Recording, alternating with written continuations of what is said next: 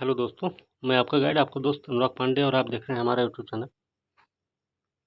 Geography questions की series को हम आज शुरू करेंगे, जो कि प्री एग्ज़ाम्स जो भी हैं आपके यूपीपीसीएस हैं, यूपीएससी भी है, आरओ है, लोअर पीसीएस, ठीक है। यहाँ और जो भी एग्ज़ाम्स हैं उन सब में इम्पोर्टेंट होगा,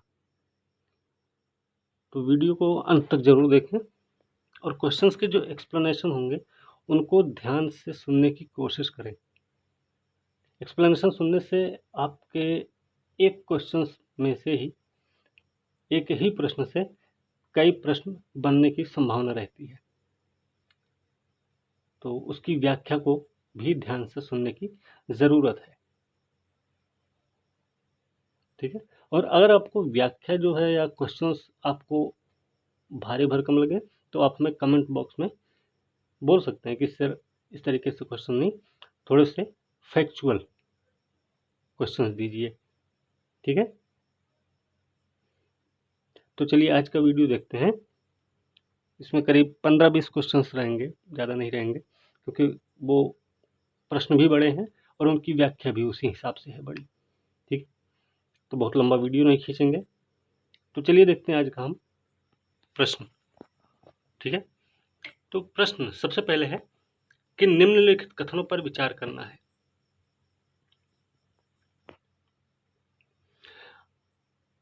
पहला स्टेटमेंट है कि अंतरराष्ट्रीय रूप में यह उष्णकटिबंधीय चरनोजम नाम से जानी जाती है। किसी मिट्टी के बारे में बात हो रही है यहाँ, ठीक है, कि अंतरराष्ट्रीय रूप में यह उष्णकटिबंधीय चरनोजम के रूप में जानी जाती है। गोली लिखा हुआ है लेकिन ये गीली है, ठीक है, याद रखना कि गीली है, गोली ओली नहीं है इसमें, ठीक है। गीली गीली होने पर चिपचिपी और सूखने पर दरार युक्त हो जाती है और उत्तर प्रदेश में इसको करेल कहा जाता है। उपर्युक्त विशेषताओं का संबंध निम्नलिखित में से किस मिट्टी से है, तो हमें ये बताना है। तो इसका सही उत्तर क्या हो जाएगा, आपको भी पता है कि काली मिट्टी को ब्लैक अर्थ चरनोजम भी बोलते हैं, रेगुर मिट्टी भी बोलते हैं, कपास की मिट्टी बोलते हैं, ठीक है। तो इस मिट्टी को ब्लैक अर्थ चरनोजम कहते हैं। तो उष्णकटिबंधीय चरनोजम के नाम से जानी जाती, पहला यहीं से हम पकड़ लेंगे कि काली मिट्टी के बारे में। दूसरा, सूखने, यह गीली होने पर चिपचिपी हो जाती है, सूखने पर दरार युक्त होती है, इसमें दरार पड़ जाती है, ठीक है। उत्तर प्रदेश में इसको करेल कहा जाता है, ठीक है। तो ये जो तीनों स्टेटमेंट हैं ये काली मिट्टी के संबंध में है आपके, ठीक है। अब काली मिट्टी के बारे में थोड़ा सा देख लेते हैं। काली मिट्टी के बारे में उपरोक्त विशेषताओं का संबंध जो है काली या रेगुर मिट्टी से है, याद रखना। सर्वाधिक क्षेत्र इसका महाराष्ट्र में है, ये भी याद रखना है। नाइट्रोजन, फास्फोरस और कार्बनिक तत्वों की कमी पाई जाती है। नाइट्रोजन, फास्फोरस और कार्बनिक तत्वों की कमी पाई जाती है। इस प्रकार की मृदा में कपास, सूर्यमुखी, खट्टे फल, तिलहन फसलों की खेती की जाती है, ठीक है। इस मिट्टी में जल धारण करने की क्षमता जो है सर्वाधिक होती है, याद रखना। गीली होने पर चिपचिपी हो जाती है, सूखने पर दरार युक्त होती है, अतः इसे स्वतः जुताई वाली मिट्टी भी कहा जाता है इसको, ठीक है। तो ये काली मिट्टी के बारे में था, ठीक है। आगे चलते हैं। लेटराइट मिट्टी के संदर्भ में निम्नलिखित कथनों पर विचार करके बताना कौन सा कथन सही नहीं है। लेटराइट यह प्रायद्वीपीय पठार के ऊपरी भागों में पाई जाती है, ठीक है। दूसरा है, इसकी उत्पत्ति चूना तथा सिलिका के निक्षालन से हुई है। इसमें एल्यूमिनियम ऑक्साइड की कमी, पोटाश, चूना, कार्बन तत्वों की अधिकता। तो सी पूरी तरह गलत है, ठीक है। इसमें काजू, चावल, तंबाकू की खेती की जाती है, डी सही है। तो इसका सही उत्तर क्या हो जाएगा, सही उत्तर इसका सी हो जाएगा, क्योंकि गलत पूछा गया था वहां पर। और इसमें एल्यूमिनियम ऑक्साइड की कमी नहीं पाई जाती, इसमें अधिकता पाई जाती है। पोटाश, चूना, कार्बन तत्वों की कमी हो सकती है, एल्यूमिनियम ऑक्साइड पाया जाता है, ठीक है। चलिए, तो सी इसका सही उत्तर है। इसमें क्या है कि लेटराइट मिट्टी की उत्पत्ति जो होती है चूना सिलिका के निक्षालन से हुई है, बात सही है। इसमें लोहा, चूना, एल्यूमिनियम ऑक्साइड के अंश प्रचुर मात्रा में पाए जाते हैं, लेकिन पोटाश, चूना और कार्बनिक तत्वों की कमी पाई जाती है। ठीक है, तो इसका सही उत्तर होगा सी। आगे देखते हैं, जलोढ़ मिट्टी के संदर्भ में कौन सा कथन सही है। तो देखिए, प्राचीन जलोढ़क को खादर, नवीन जलोढ़क मिट्टी को बांगर कहा जाता है। ध्यान देना है, इसमें नाइट्रोजन और ह्यूमस की कमी पाई जाती है। दूसरा तो सही है भाई, मिट्टी जो है गन्ना, गेहूं, धान और तिलहन की खेती के लिए उपयुक्त होती है, ये भी सही है। लेकिन पहला स्टेटमेंट को ध्यान से पढ़िए, गलत है, उसको हम पलट देंगे कि प्राचीन जलोढ़क को बांगर कहेंगे और नवीन जलोढ़क को खादर कहेंगे। आपको पता है प्राचीन जलोढ़क क्या है, जहां पर बाढ़ का पानी नहीं पहुंच पाता है। नवीन जलोढ़क क्या है कि जहां पर बाढ़ का पानी साल दर साल पहुंचता रहता और नए नए तरीके के अवसादों का निक्षेप करता है। ठीक है, तो पहला स्टेटमेंट इसका गलत है, दूसरा और तीसरा सही है, तो इसका सही उत्तर हो जाएगा सी। ठीक है, सी सही उत्तर हो जाएगा। यह जलोढ़ मिट्टी क्या होती है, मुख्यतः कहाँ, नर्मदा, ताप्ती, कावेरी, कृष्णा और केरल के तटवर्ती प्रदेशों में लगभग 15 लाख वर्ग किलोमीटर क्षेत्र में पाई जाती है। हमारे यहाँ भी मिलती है, गंगा, यमुना, दोआब, ब्रह्मपुत्र वाले क्षेत्र में उपजाऊ मृदा जो है जलोढ़ मिट्टी पाई जाती है। वहां पे लगभग 15 लाख वर्ग किलोमीटर क्षेत्र में पाई जाती है जलोढ़ मिट्टी, और भारत में हमारे हिसाब से सबसे बड़े क्षेत्र पर पाई जाने वाली मिट्टी है ये। ठीक है, इसे दो भागों में व्यक्त करते हैं, एक बांगर और एक खादर। प्राचीन जलोढ़ को बांगर, नवीन को खादर कहा जाता है। खादर मिट्टी बांगर की अपेक्षा अधिक उपजाऊ होती है। हमने बताया है कि साल दर साल यहाँ पर जो है बाढ़ का पानी पहुंचता रहता है और अपने साथ लाए गए अवसादों को का निक्षेप करता रहता है। ठीक है, तो पहला स्टेटमेंट इसलिए गलत हो गया। जलोढ़ मिट्टी में चूना, कार्बनिक तत्व और पोटाश प्रचुर मात्रा में मिलते हैं, लेकिन फास्फोरस, नाइट्रोजन और ह्यूमस की कमी पाई जाती है। लगभग जो मिट्टियां हैं ना, उनमें आप ह्यूमस, फास्फोरस और नाइट्रोजन की कमी ही पाएंगे। ठीक है, तो एक बात ये हमें थोड़ा सा दिमाग में ध्यान रखना है बस। ठीक है, यह गन्ना, गेहूं, धान, तिलहन, दलहन के लिए उपयुक्त है, तो तीसरा स्टेटमेंट भी सही है। अगला देखते हैं क्या है कि निम्नलिखित कथनों पर विचार करके बताना किस मृदा से संबंध, मृदा की बात हो रही है यहाँ पे। यह नवीन तथा अविकसित मृदा है, इसमें जीवांश प्रचुर मात्रा में पाए जाते हैं, इसमें अम्लीय गुण निहित होता है। तो हमें बताना है यह किस मिट्टी की विशेषता है। तो किस मिट्टी की विशेषता हो सकती है भाई, नवीन भी है, अविकसित है, तो कौन सी, पर्वतीय है, दलदली है, या फिर मरुस्थली लाल मृदा है। तो ये हम पर्वतीय मृदा के बारे में है। क्या है कि नवीन अविकसित मृदा है, जीवांश यहाँ प्रचुर मात्रा में पाए जाते हैं, अम्लीय गुण इसमें निहित होता है। ठीक है, तो इसका सही उत्तर ए हो जाएगा। व्याख्या देखें, उपयुक्त विशेषताएं क्या है, पर्वतीय मृदा से संबंधित है। नवीन अविकसित मृदा होती है, कश्मीर से लेकर अरुणाचल प्रदेश के पहाड़ी क्षेत्रों में पाई जाती है। ध्यान रखना है, इसमें पोटाश, फास्फोरस, चूने का अभाव होता है, पोटाश, फास्फोरस, चूने का अभाव होता है, लेकिन जीवांश प्रचुर मात्रा में पाए जाते हैं। इसमें सेब, नाशपाती के वृक्ष उगाए जाते हैं। इस प्रकार की मृदा में अम्लीय गुण निहित होते हैं। ठीक है, चलिए आगे देखते हैं। अगला प्रश्न है 5 नंबर। इसमें क्या है, किसमें बताना है कि कौन, निम्नलिखित कथनों पर विचार करके सही कथन कि क्षारीय मृदा में नाइट्रोजन की अधिकता होती है। सही है क्या? क्षारीय मृदा में नाइट्रोजन की अधिकता होती है, सही है कि गलत है? पहला स्टेटमेंट है। दूसरा है कि मॉलिसोल प्रकार की मृदा उत्तर प्रदेश के तराई क्षेत्र और उत्तर पूर्व हिमालय के जंगलों में पाई जाती है। तो दूसरा स्टेटमेंट सही है इसका। ठीक है, निम्नलिखित कथनों पर सही बताना हमें, तो इसका दूसरा स्टेटमेंट क्या है, सही है। ठीक है, पहला स्टेटमेंट इसका गलत है। विचार सही बताना ना, तो इसका सही उत्तर बी हो जाएगा। बी इसका सही उत्तर है। क्या भाई, देख लेते हैं। क्षारीय मृदा में नाइट्रोजन की अधिकता नहीं पाई जाती है, पहला गलत है। मॉलिसॉल प्रकार की मृदा विशेष रूप से मोटी द्विसंयोजी और दोहरी काली मिट्टी होती है। मॉलिसॉल सूखने पर यह कठोर नहीं होती है, सूखने पर कठोर नहीं होती, ये भी ध्यान रखना। मॉलिसॉल मिट्टी सूखने पर कठोर नहीं होती है। भारत में इस प्रकार की मृदा के अंतर्गत उत्तर प्रदेश के तराई क्षेत्रों की कुछ मृदाएं, उत्तर पूर्व तथा हिमालय के जंगलों की मृदाएं आती हैं। इसलिए दूसरा स्टेटमेंट सही था। कौन सी मृदाओं को एंडीसॉल वर्ग में शामिल किया जाता है? एंडीसॉल वर्ग में किस प्रकार की मिट्टी को शामिल किया जाता है भाई?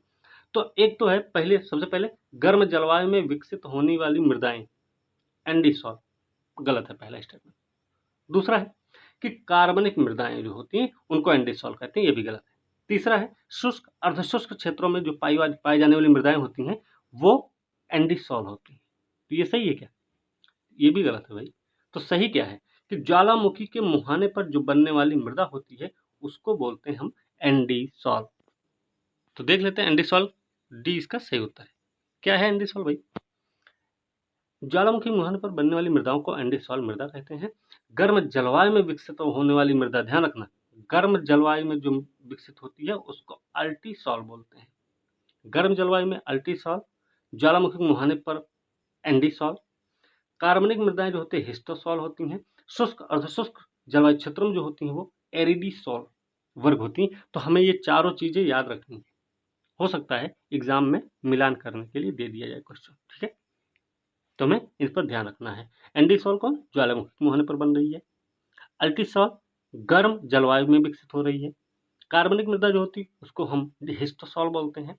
और शुष्क अर्धशुष्क जलवायु क्षेत्रों में जो पाई जाती है वो एरिडीसॉल वर्ग की मृदा होती है, ठीक है?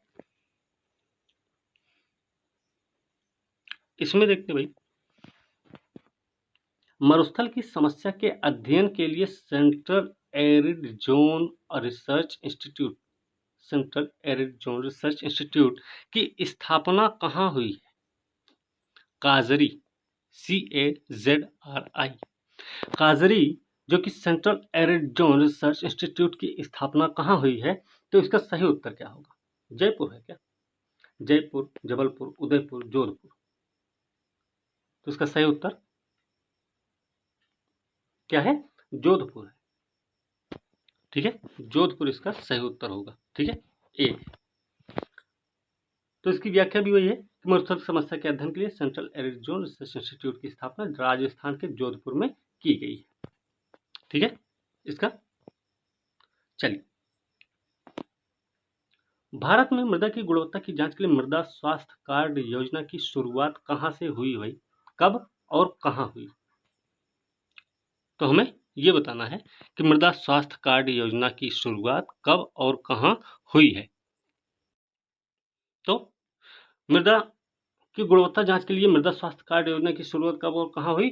तो 2014 में हुई थी क्या? गुजरात के गांधीनगर से, या फिर 2015 राजस्थान के सूरतगढ़ से हुई है, या फिर 12 के छत्तीसगढ़ रायपुर से हुई है, या फिर 16 को उत्तर प्रदेश के बुलंदशहर से हुई है? सही कौन सा है?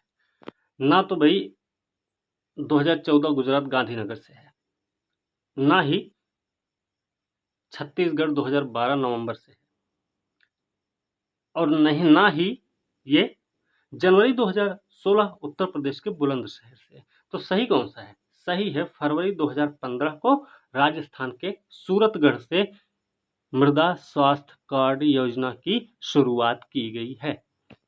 हमें याद रखना है फरवरी 2015 से, ठीक है? देख लेते हैं इसको कि मृदा स्वास्थ्य कार्ड योजना की शुरुआत हुई 19 फरवरी 2015 को सूरतगढ़ राजस्थान से। उद्देश्य क्या है इसका भाई? ध्येय वाक्य क्या है? स्वस्थ धरा खेत हरा, स्वस्थ धरा खेत हरा। मिट्टी में मौजूद पोषक तत्व और उर्वरकों की आवश्यकता का ब्यौरा होगा इसमें। उद्देश्य है उपयुक्त संसाधनों के उपयोग द्वारा मिट्टी की गुणवत्ता के सुधार द्वारा किसानों की स्थिति को सुधारना है। जो बिना सोचे समझे ज्यादा से ज्यादा उर्वरक का उपयोग करते हैं, सिंचाई का उपयोग कर लेते हैं, उस मिट्टी की गुणवत्ता को अगर जांच परख लिया जाएगा तो उसके हिसाब से मिट्टी में सिंचाई और उर्वरक को डाल के खेती को भी क्या किया जाएगा? सतत विकास की ओर अग्रसर किया जाएगा, और साथ में उसकी उर्वरता को भी बरकरार रखा जाएगा। साथ में किसानों को भी क्या होगा? उनका भी खर्चा कम रहेगा।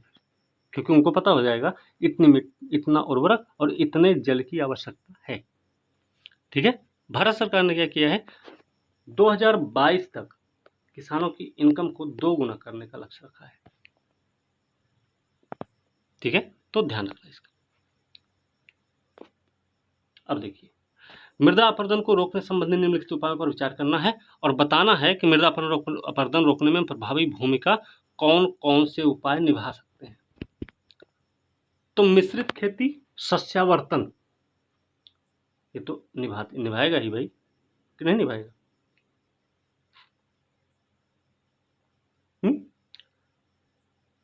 नहीं है। सीढ़ीदार खेत बनाकर कृषि करें तो होगा, बात तो सही है। दूसरा, समोच्च रेखीय सीढ़ीदार खेती, ये भी है। आवरण फसलें उगाना क्या है, ये है कि नहीं, ये भी है। तो ये चारों ही क्या है, प्रभावी भूमिका निभाएंगे। ठीक है, ध्यान रखना है। उपर्युक्त सभी उपायों के द्वारा मृदा अपरदन को रोका जा सकता है। इन सभी उपायों को लागू करना आवश्यक ताकि किसानों को अपरदन की समस्या और समाधान से अवगत कराया जाए।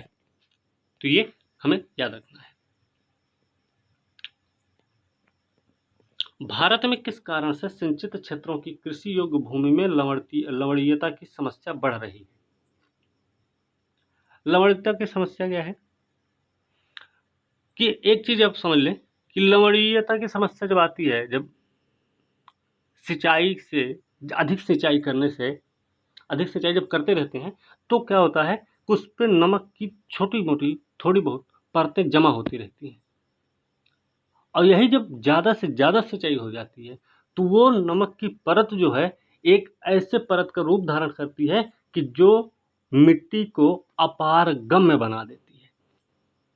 समझे, अपारगम्य बनाने का मतलब क्या है कि वो मिट्टी जो है पानी को सोखने की उसकी क्षमता जो है समाप्त हो जाती है वहां पे, तो लवणीय भवन वहीं पे शुरू हो जाता है। ठीक है, तो यहाँ पे अति सिंचाई जो है वो है लवणीय भवन की समस्या को बढ़ा रहा है। ठीक है, अति सिंचाई, अत्यधिक सिंचाई से कोशिका क्रिया को बढ़ाया जाता है, कोशिका क्रिया को बढ़ावा मिलता है जिसके परिणाम स्वरूप नमक ऊपर की ओर बढ़ता है और मृदा की सबसे ऊपरी परत में जमा हो जाता है। इस प्रकार की समस्या हरित क्रांति के बाद पंजाब हरियाणा के अति सिंचाई वाले क्षेत्रों में देखने को मिलती है, ये भी याद रखना है। हरित क्रांति का एक दुष्प्रभाव भी है, अगर उसका सुप्रभाव है तो कुप्रभाव भी है। उससे अनाज की पूर्ति हुई है तो कुछ समस्या भी हुई है। ठीक है, इस मृदा में लवणता की समस्या से निपटने के लिए खेती में जिप्सम, ये भी याद रखना, ये प्रश्न आता है कि लवणता की समस्या से निपटने के लिए मिट्टी में किसका प्रयोग किया जाता है, तो जिप्सम का प्रयोग किया जाता है। ठीक है, लवणता की समस्या से निपटने के लिए।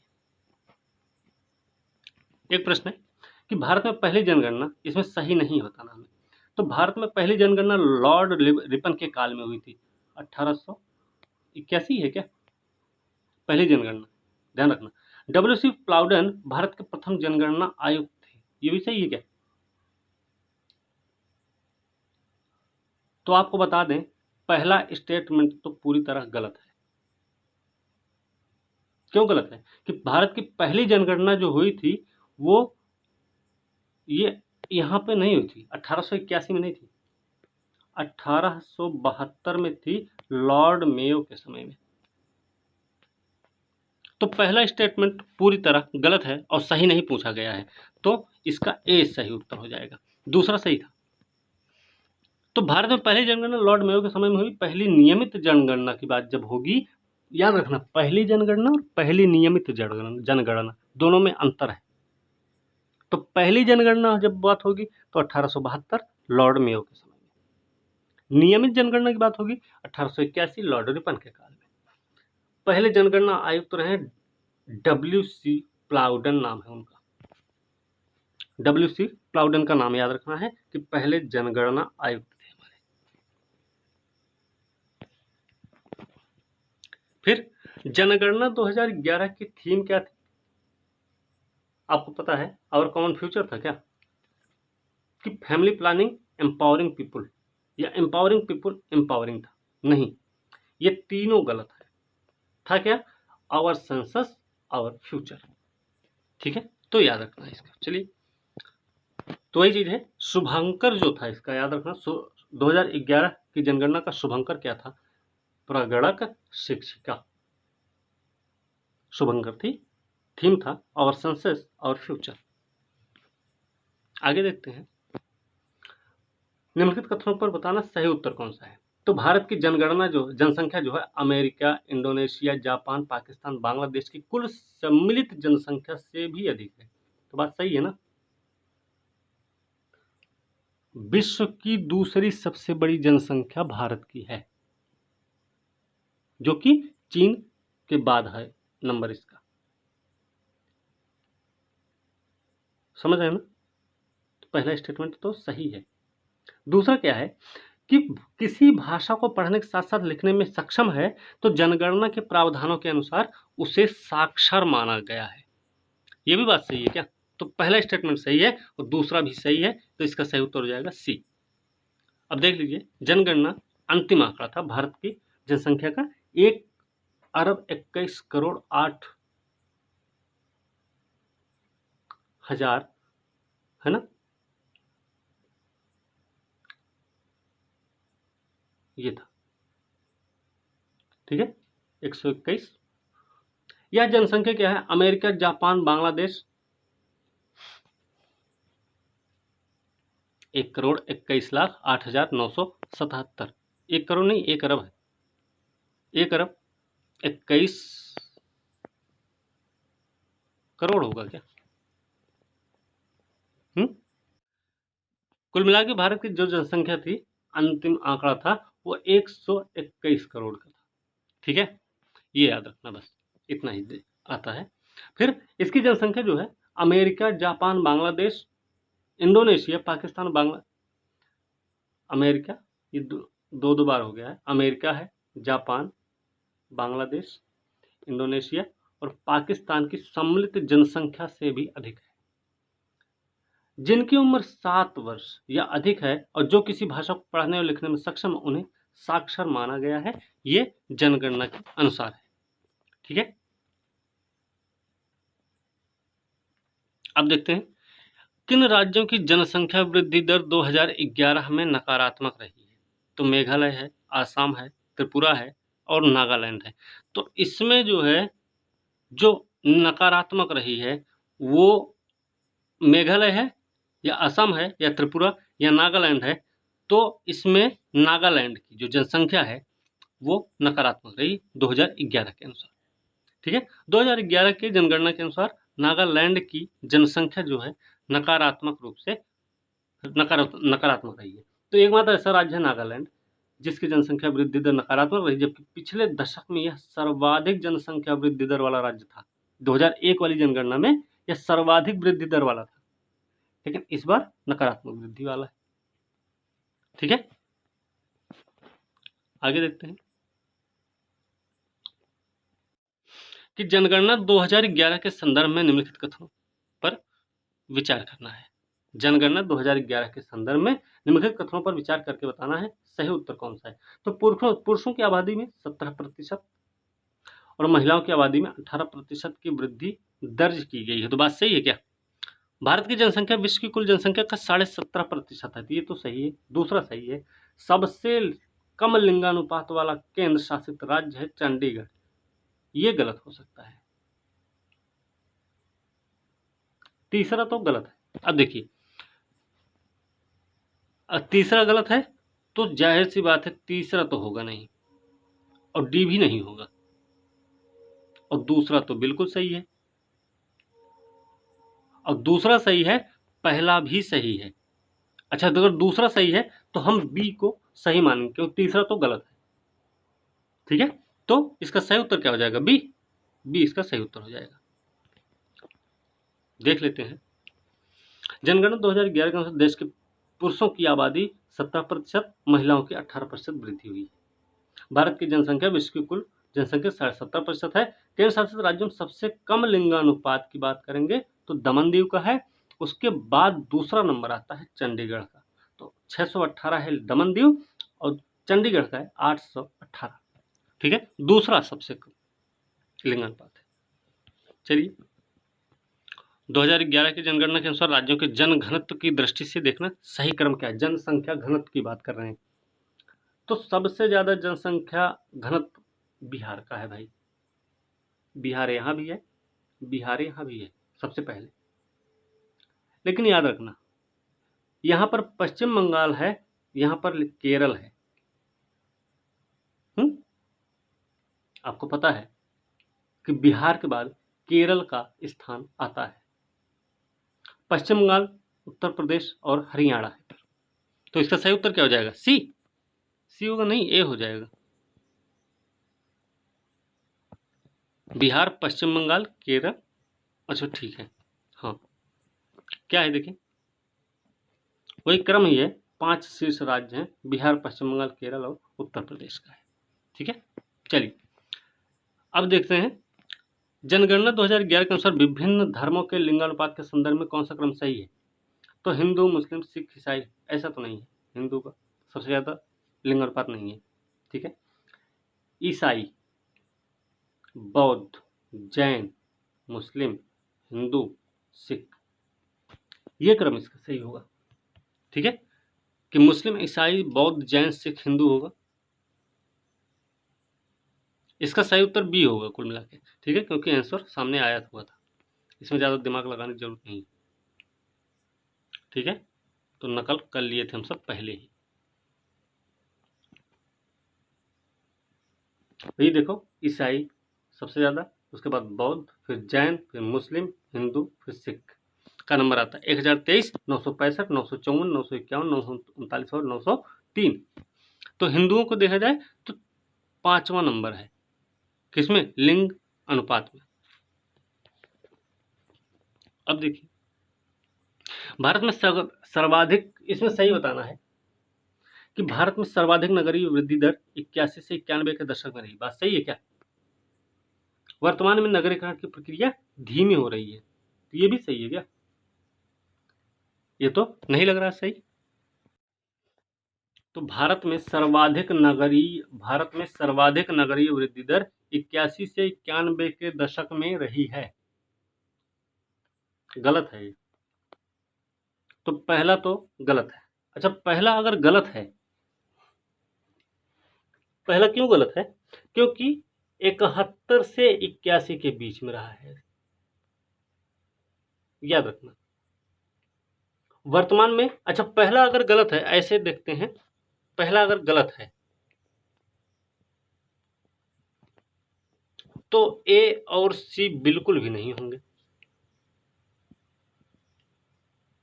ठीक है, ए और सी तो बिल्कुल भी नहीं होंगे। दूसरा क्या भाई, वर्तमान में नगरीकरण की प्रक्रिया धीमी हो रही है, तो ये सही है क्या? हाँ, दूसरा सही है, दूसरा सही है। और तीसरा है कि 10 लाख से अधिक जनसंख्या वाले महानगरों की संख्या 53 है, तो ये भी सही है मेरे ख्याल से, कि इसका सही उत्तर डी हो जाएगा। दूसरा और तीसरा सही उत्तर है। अगला प्रश्न आगे है, अब इसकी व्याख्या देख लेते हैं। व्याख्या क्या है भाई? डी इसका सही उत्तर था। तो देखते हैं, भारत में सर्वाधिक नगरीय वृद्धि दर हुई है 71 से 81 के दशक में, याद रखना 46% रहा है।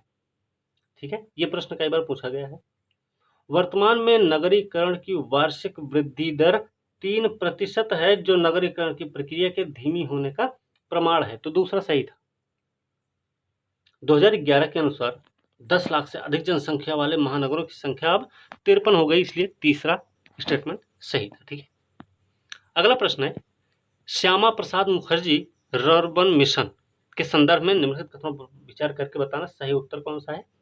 तो इसके तहत स्मार्ट ग्रामों के समूह, जो क्लस्टर बनाए जाएंगे, वो केवल राज्यों में ही विकसित किए जाएंगे, ऐसा तो नहीं है। ठीक है, केवल राज्यों में ही। तो पहला स्टेटमेंट इस तरीके से हम गलत मान लेते हैं कि केवल की बात हो रही। यह मिशन पूरा योजना का स्थान लेगा, सही है। दूसरा सही है इसका। तो सही उत्तर इसका क्या हो जाएगा? बी। बी हो जाएगा इसका सही उत्तर। ठीक है, अब देख लेते हैं क्या है कि श्यामा प्रसाद मुखर्जी रर्बन मिशन की शुरुआत हुई है 16 सितंबर 2015 को, याद रखना। देश के ग्रामीण क्षेत्रों को आर्थिक, सामाजिक, भौतिक रूप से संपोषणी क्षेत्रों में बदलने की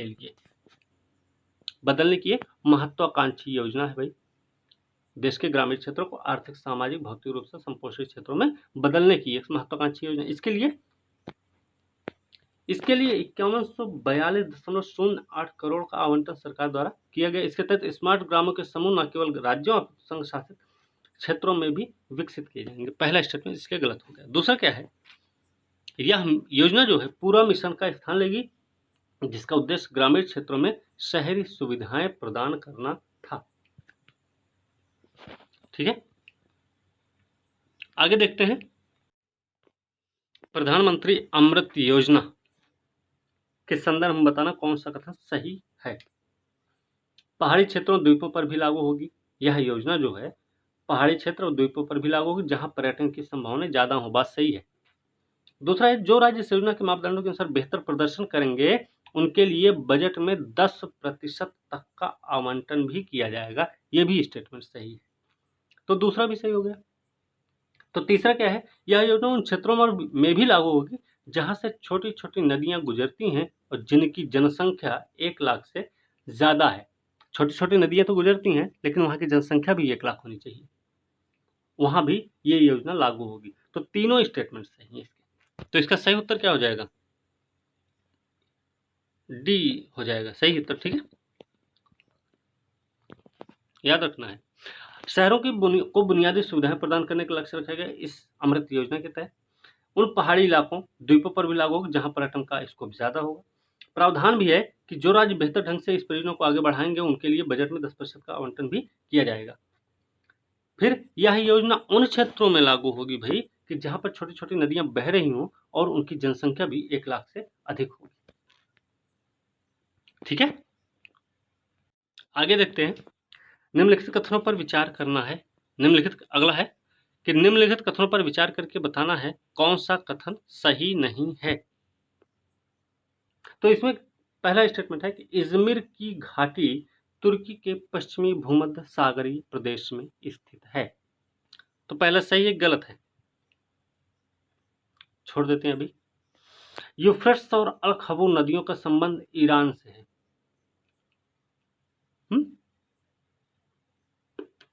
भाई दूसरा स्टेटमेंट तो गलत है। ठीक है, दूसरा स्टेटमेंट अगर गलत है तो हम देखते हैं इसमें सही नहीं पूछा गया है।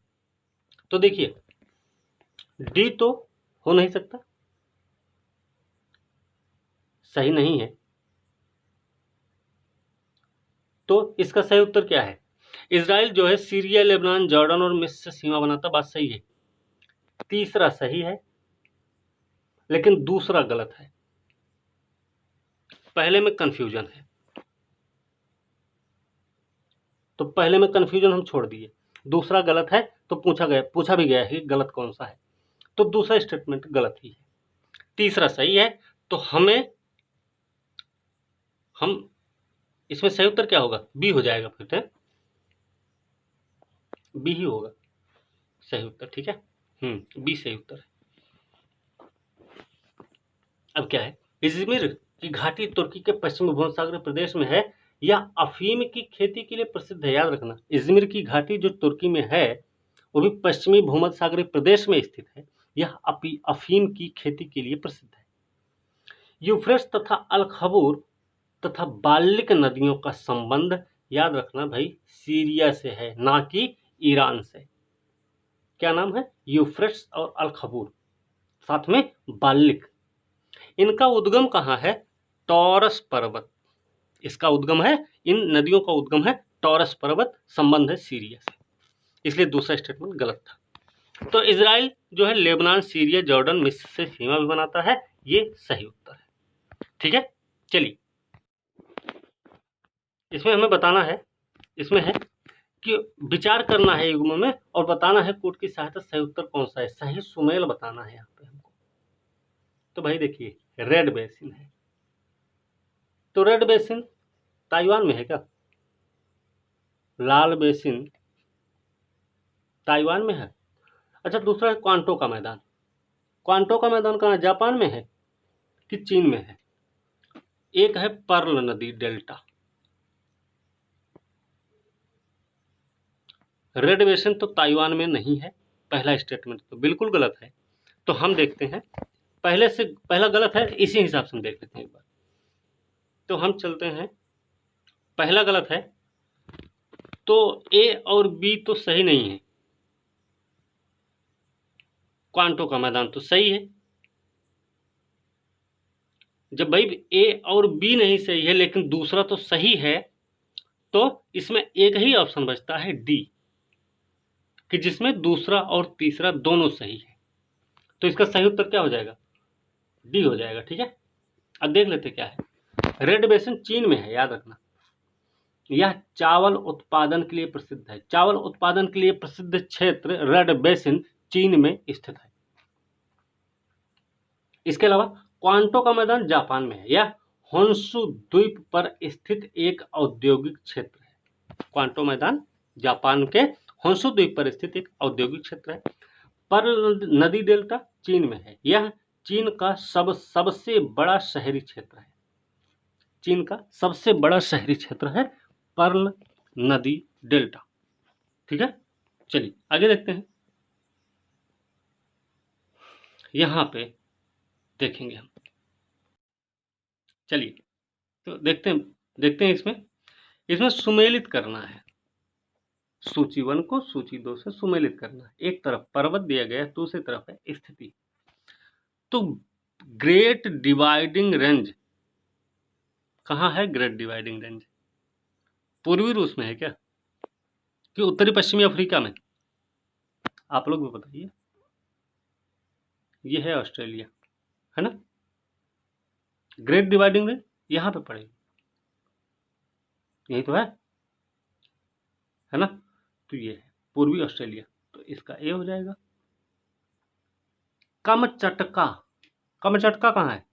पूर्वी रूस में है, बी में, पूर्वी रूस। Sierra Madre oriental Mexico. ऐसे जब मैप बनाते हैं ना, मैप में देखते हैं क्या है,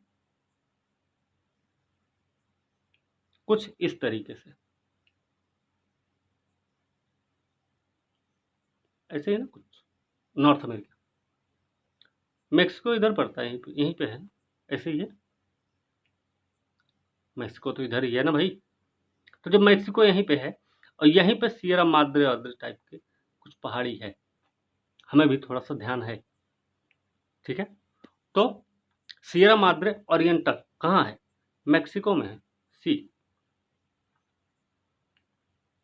ए बी और लास्ट में सी, यही है। एटलस जो है, अब लास्ट यही जब बच रहा है, तो ये उत्तर पश्चिमी ऑस्ट्रेलिया में, ऐसे है ऑस्ट्रेलिया ना, ऐसे करके बना हुआ है, कुछ ऐसे ही तो है ऑस्ट्रेलिया, ऐसे।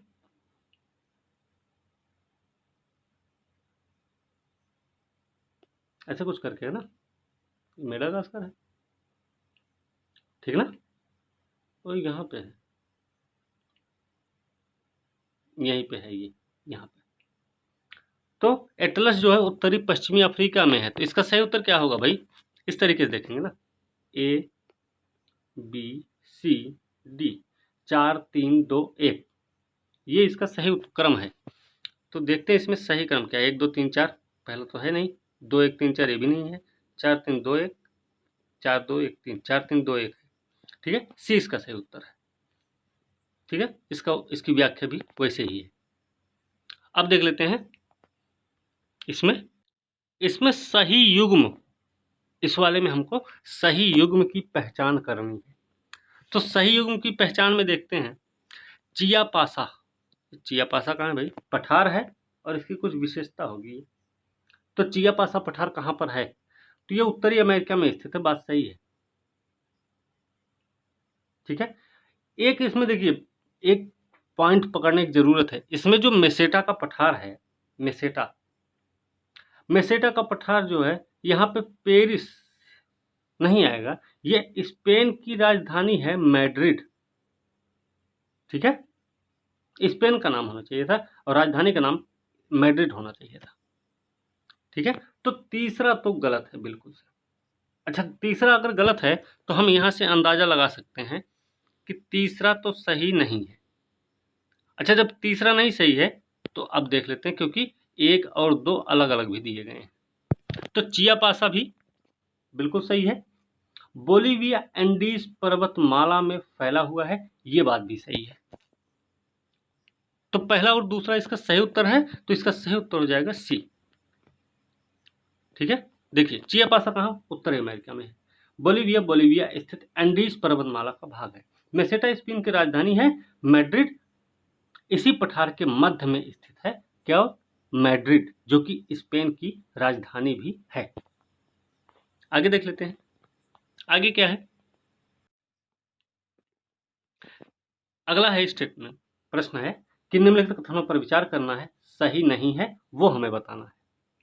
तो भाई लाओस जो है थाईलैंड और म्यांमार, लाओस थाईलैंड म्यांमार इस स्वर्णिम त्रिभुज के अंतर्गत आते हैं। गोल्डन ट्रायंगल और गोल्डन क्रिसेंट 2 क्षेत्र हैं, आपको पता होना चाहिए। ठीक है, तो गोल्डन ट्रायंगल कुछ ऐसे बनता है। म्यांमार है, थाईलैंड है, लाओस है। क्रिसेंट कैसे बनता है? क्रिसेंट कुछ ऐसे बनता है, ऐसे करके। ठीक है, कहां पर है ये? भारत के पश्चिम में पड़ेगा, पाकिस्तान, अफगानिस्तान और ईरान वाला क्षेत्र। ठीक है, गोल्डन क्रिसेंट है, वो गोल्डन ट्रायंगल है, ये म्यांमार, थाईलैंड, लाओस। एक और है, ठीक है, वो दक्षिण अमेरिका में पड़ता है। गोल्डन लिथियम बोलते हैं वो, गोल्ड नहीं, लिथियम ट्रायंगल उसको बोलते हैं। अब दक्षिण अमेरिका में लिथियम ट्रायंगल होता है, तो लिथियम ट्रायंगल आपको बताना है प्रश्न में कि लिथियम ट्रायंगल किन किन देशों में है, किन किन देशों को मिला के लिथियम ट्रायंगल बनाया गया बनता है। ठीक है, उसमें एक देश चिली रहेगा, याद रखना बस, बाकी आपको बताना है। ठीक है, तो इसमें देखिए लाओस, थाईलैंड, म्यांमार स्वर्णिम त्रिभुज के अंतर्गत आते हैं, बात सही है, भारत के पूर्वी क्षेत्र में है। अराकान योमा बांग्लादेश की प्रमुख पर्वत श्रेणी है। हमने आपको बताया भी है कि जो भारत की पूर्वी सीमा है म्यांमार के साथ लगी हुई, अराकान योमा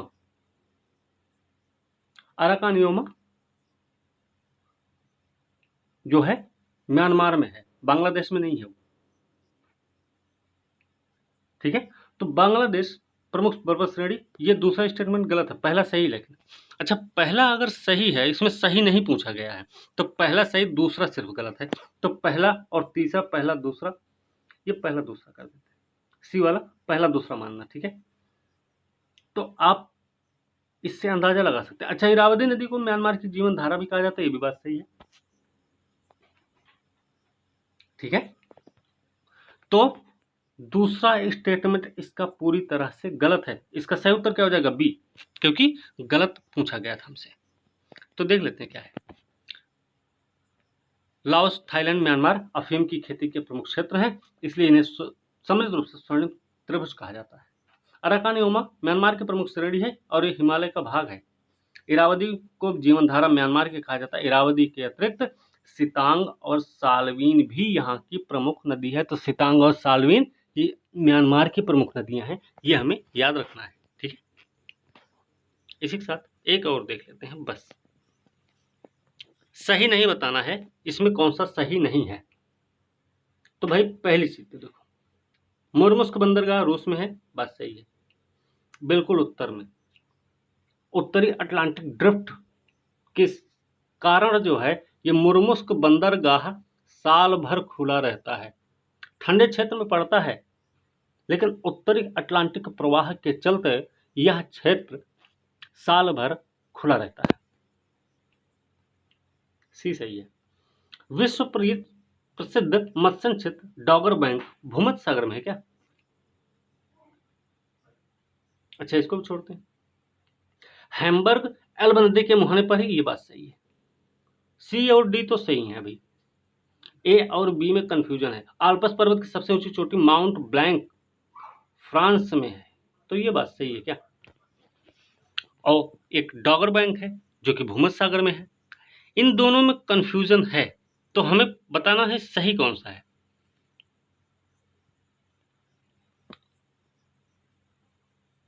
वैसे इसका सही उत्तर बी होगा, क्यों, यहाँ पे ये आ गया है सामने, ठीक है। अब देखिए डागर बैंक, अच्छा मछलियां सबसे ज्यादा कहाँ पाई जाएंगी?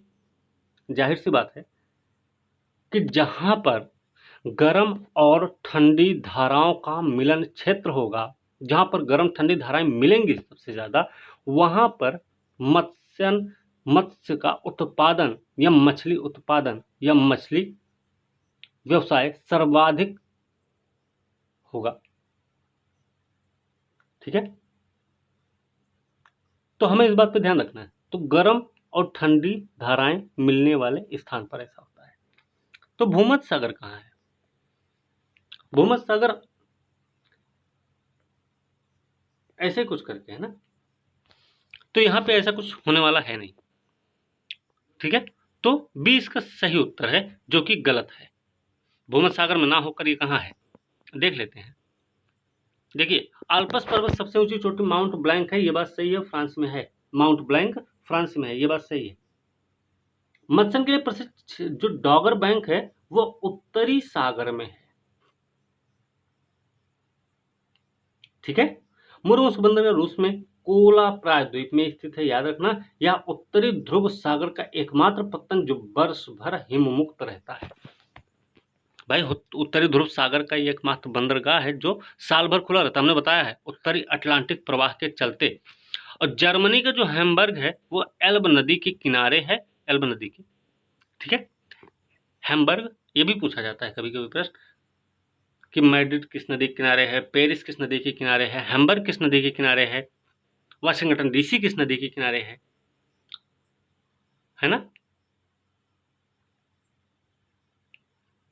तो ये चीजें भी हमें ध्यान रखनी है। तो हैम्बर्ग जो है एल्ब नदी के किनारे है, ठीक है। चलिए आगे देखते हैं, आगे देखते हैं।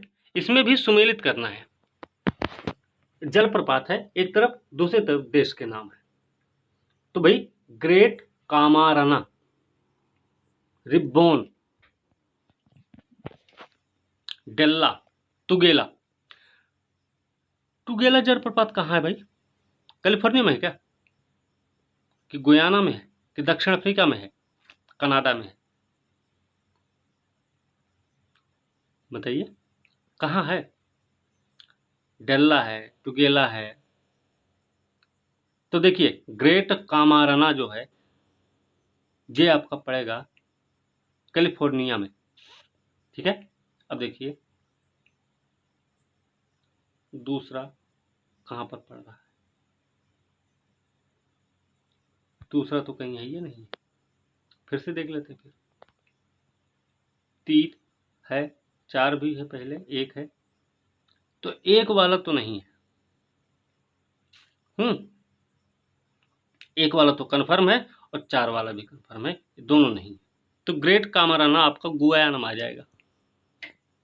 तो 3 का 1, 3 तो 1 में दिख रहा, तो 3 2 1 4 सी हो जाएगा। 3 2 1 4 देखते हैं, देखिए एक बार मिला लेते हैं पहले। 1 2 3 4 तो नहीं सही है, क्योंकि ग्रेट कमाराना कनाडा में तो हमने सुना भी नहीं है अभी तक, ठीक है। देखिए ग्रेट कमाराना हम गुयाना में लगा देते हैं, ये हो जाएगा इसका, ऐसे कर दिए भाई। रिब्बॉन कहाँ हो सकता है? कैलिफोर्निया है, सही है। चलो डेल्ला कनाडा में लगा लेते हैं, और तुगेला दक्षिण अफ्रीका में लगा लेते हैं। 3 2 1 4 ऐसे कर लेते हैं, तो ये सी वाला ही बैठेगा, वैसे 3 2 1 4 ही बैठेगा। सही है।